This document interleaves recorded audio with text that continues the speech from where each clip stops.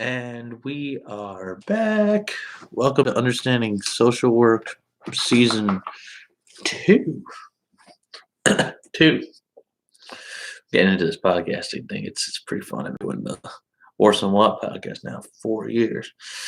4. But this last season, we talked a lot about understanding the micro, the meso, and the macro. How do we understand the world that we live in on a bigger scale? And how do things connect? This season, we're going to talk a lot about vulnerabilities, oppression, groups that have long dealt with social issues. We got a lot. We're going to talk about racism, we're going to talk about sexism, we're going to talk all about the isms. And we're going to understand not just what it is, but how it is and why it gets there, and why it still impacts us today, and why we should care. But for the first episode of the season, I'm going to do things a little differently. Since we're going to go into a lot of vulnerable groups in this season, a lot of times when you do social work, you're going to deal with a lot of health issues. And I just wanted to do one episode about COVID-19 from a different perspective. See, a lot of people, this has affected everybody. It's just by far the biggest thing to affect the world in a long time. But most of us don't know what it actually is from a scientific standpoint. So for this first episode of season 2, I actually wanted to give you a science lesson. I know, a social worker doing science. What are you thinking? I don't know what I'm thinking. But if you understand the science, you can understand the reality a lot more. And the criticisms and the questions regarding the virus make a little more sense when you understand the science. So that's what I'm going to do today. I'm going to explain to you the science behind the virus. Now, some of you might be watching going, he doesn't know what he's talking about. And you might be right. And I'm okay with that. But this is important to me. And since it's season 2, we're going to go into a lot of the groups that have been really affected. We're going to talk a lot about how the pandemic has changed a lot of perceptions. So I thought it was important to explain to you the science behind the virus. Because most people don't tell you the virus science. They tell you just about the virus and its effects. And here's the numbers and this, that, and the other. It's super important. But today I'm going to tell you what it actually is. You know, people criticize, well, there's so many, they just seem like they're making up symptoms. Well, there's actually a very specific reason why that happens. So, I figured I'd explain to you guys today. Welcome to season 2, my friends. I'm happy to be here with you. So, today we're going to talk about the virus. We're going to talk about what it is, what it actually is, what it's not, and it's going to kind of set us up to what we're going to do for this whole season. So let's do it. So to begin, I want to press the fact that I'm not a scientist. I'm not a researcher. I'm not even that smart. I'm surprised you guys even listen to this podcast. But I'm going to tell you a quick story. I'm from Providence, Rhode Island.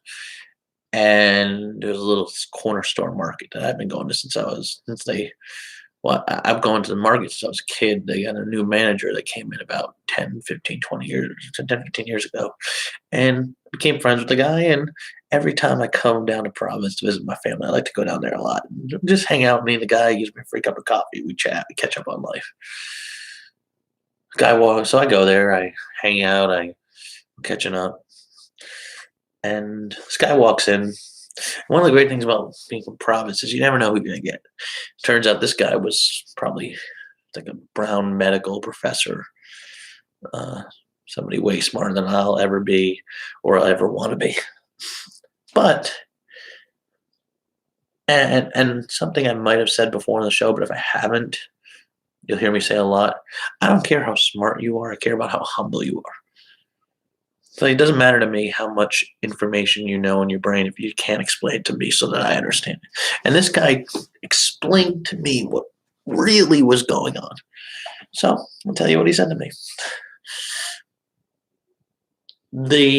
To understand what the virus actually is, you have to understand a few scientific terminologies. We're going to start with DNA. DNA, dinucleic acid, you learn about it in school. It's a little code. It's your little code that kind of makes you you. It's your chromosomes. It's what makes you, the code inside you that makes you you. Those cells have DNA in the nucleus. It's their little brain. Then we have RNA. So let's say this Altoids. I don't know why I do this, but let's say this Altoids. I like Altoids. Altoids, then I don't have any connection to you, but if you're watching this, there's a free ad for you guys. Let's say 8 Altoids, right? And for some reason, I decided I want to make a copy of these Altoids. Let's call this the DNA. And I go to a copy machine and I put the Altoids in the copy machine. I put it into the copier and I make it out. And it comes out with this. I mean, it wouldn't have all these wonderful things. I don't know if you guys can see it. Yeah. Let me take one right now. But the copier would make a copy of the cover of the Altoid thing. I can make as many copies as I want. So let's say I make 50 copies. That's basically what RNA is. RNA is an internal copy machine. So it goes to the DNA, makes a copy, spreads it around. That's how the information gets passed. Pretty cool. Now, a lot of viruses are DNA viruses. They're viruses that, here's the virus, comes here, RNA makes copies of the virus. And that's like it over. I mean, think of, very easy way to think of cancer. A tumor kills a cell and then makes copies of itself repeatedly and it spreads throughout the body. That's basically cancer is. See, and a lot of viruses are DNA viruses, and that means that the symptoms are going to be relatively the same because they're just making copies of the same virus over and over again. COVID-19, though, is not a DNA virus. It's an RNA virus. That's what makes it so complicated. It's not a virus of the DNA, it's a virus of the RNA. It's a virus of the copier. So basically what it is, you got this Altoids, you got the RNA. The RNA is the virus, goes here, boom. And it's taking the information from the DNA and it's replicating it, but it's a virus that's going to the DNA. And that's why it's constantly changing. It's constantly taking the information from the DNA and it's changing. That's what COVID-19 is. That's why there's so many symptoms. It's a virus of the RNA. It's going to the information, the code, and then it's spreading from there. But the virus is going to the code. The code is not the virus. And that's why you hear about these infinite amount of symptoms. You hear, well, now I hear it's a sore throat. I hear it's a cough. Well, there's diarrhea. Well, there's constipation. It's constantly changing. And that's what makes it so complicated. With all these symptoms, well, that's why there's so many symptoms. Because there is a constant array of change. Because the RNA goes to the code and it changes itself. And then it goes back. That's why there's so many symptoms. So, what exactly is the vaccine? We got 2 drugs, Moderna and Pfizer. Me being a social worker and having been working a group home and social services throughout this whole thing, we were considered first named, and I actually have been lucky enough to get my first vaccine. Basically, what the vaccine is, is it is not us putting the virus in our body, and so like some vaccines, kind of like a small dosage. No, that's not what it is. What the vaccine does is it replicates, it gives a very similar structure to what the virus is, so that your body and your immune system can recognize it. That's what it is. It's not the virus, it's something very similar to the virus. So your immune system can say, oh, that's what it is. Let's talk about the immune system for a second, by the way, while we're on that topic. I want you to think about it for a minute. I want you to think of something that happened to you 20 years ago. If you're younger, 10 years ago. Think about something. What came to your head? I can go back to fourth grade. We had, in elementary school, we had the Scholastic Book Fair. I love the Scholastic Book Fair. They came in, they would take one of the schoolrooms at a book fair from Scholastic Books, and usually it was the Big Red Dog. It's a book series, if you don't know what I'm talking about, like for kids. And they would fill the room. And you get to go around and get books. Little kids' books. It was awesome. It's awesome. It's a great time. I don't know if they still do it, but if they don't, they should. It's a great time.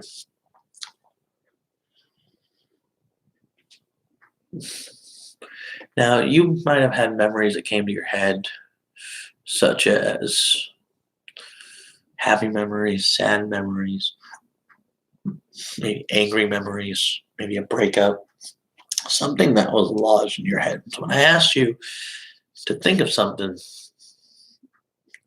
these are some things you might have thought of. Maybe you thought of a funeral. Maybe you thought of maybe you thought of your first time you lost your virginity. I don't know. That's up to you. But the reason I asked you to think of something is a memory is basically what your immune system is. Your immune system is basically an internal memory in your body. That's what it is. So what do I mean by that?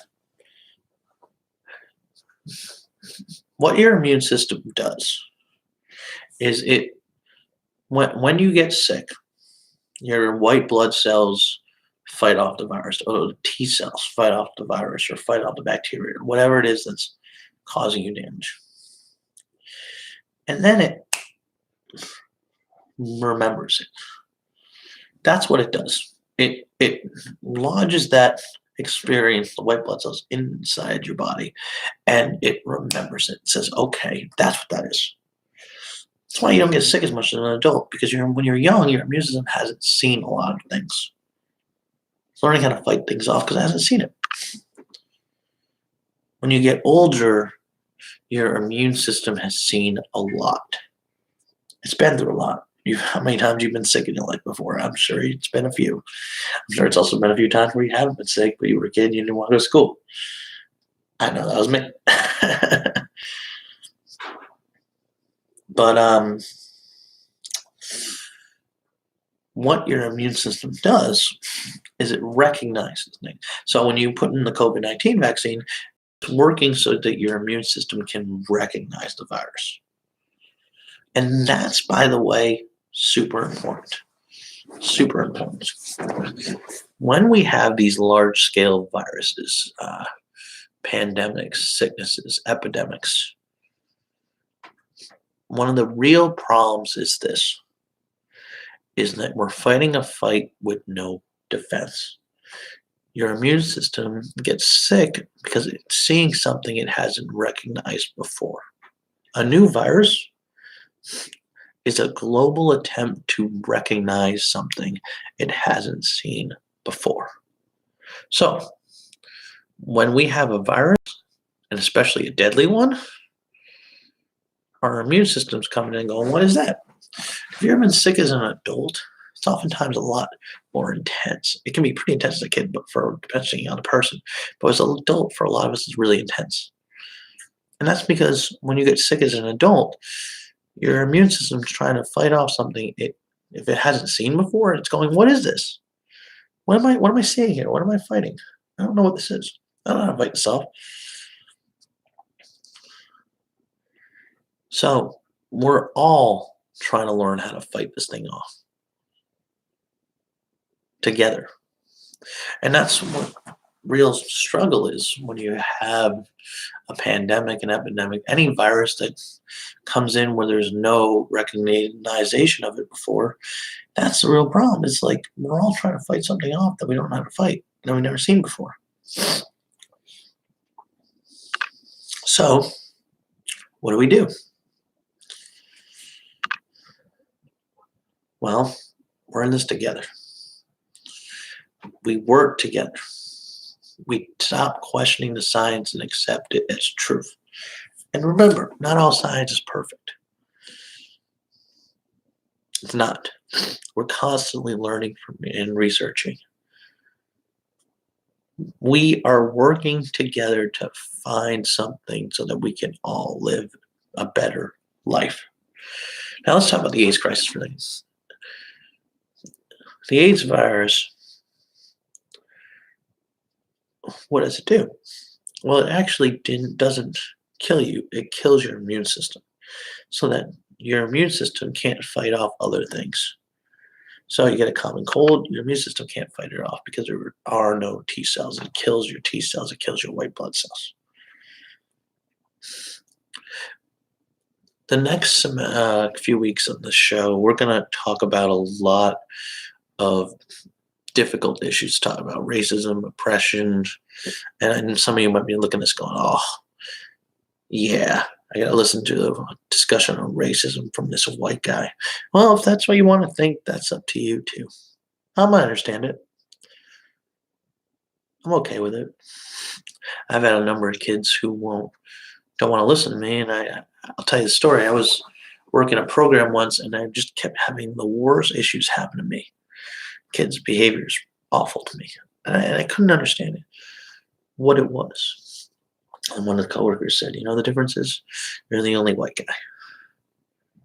So yeah, not easy to talk about, but we're gonna try anyway. Because if we don't talk about it, then what the hell are we doing here? We are going. I asked you to. You don't have. You can be skeptical of the mask. You can be skeptical of the vaccine, but just remember there are other people too.